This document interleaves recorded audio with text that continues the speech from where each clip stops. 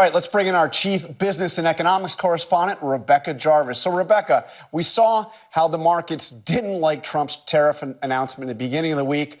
But then when he backed off, at least temporarily, they didn't seem that reassured by that either. Well, John, you can really feel the uncertainty on Wall Street, and the closing numbers tell one story. But when you look at what's happening inside of a single day on Wall Street, the gigantic volatility is the kind that we haven't seen since Russia initially invaded Ukraine, since the pandemic. And that's really playing out. It's a very headline sensitive market. They're always listening to the White House for what's coming next. The other issue here is that the real tariffs, the even larger tariffs that this White House has signaled, they're not coming until April 2nd. So Wall Street is waiting on that. And then finally, we're in the midst of an orchestrated slowdown. Inflation was a persistent problem for a number of years. The Federal Reserve, in order to attack that inflation, has been hiking interest rates. They started in March of 2022, and the economy has been slowing down as they've hiked interest rates and tried to get inflation under control. And this White House, in addition to that, is looking at cost-cutting measures that will eventually, in their view, move spending from the public to the private sector. All of those things make an economy slow down. The question is, can you slow it down without causing a recession? The Fed's been eyeing that for a long time, but it is still a question for the economy overall. And how will Trump's threat to go forward with more tariffs, as you said, bigger tariffs coming ahead, complicate his promise to bring inflation down?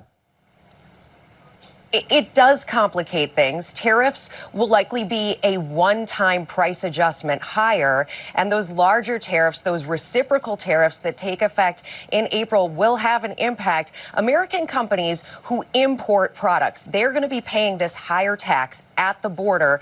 Generally speaking, they pass that tax in some form to consumers, which means consumers pay higher prices. And I've talked to a lot of businesses. A lot of the small businesses right now are doing everything they can to pass as small of that amount to customers, because they know customers will eventually stop spending if prices get too high.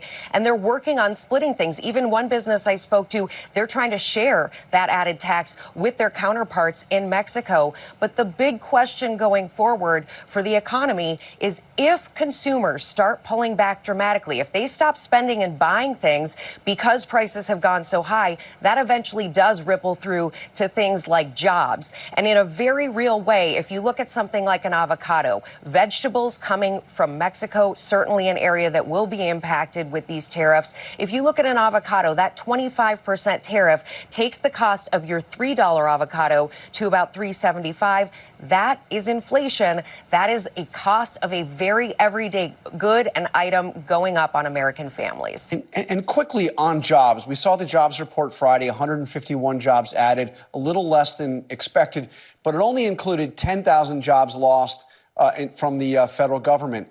What do we expect going forward?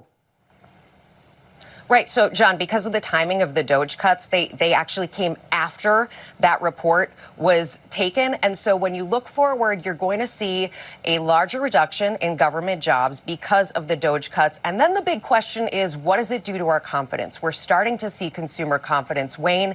If consumers start feeling less confident because they see smaller job numbers and because they start to see things slowing down, they pull back on their spending.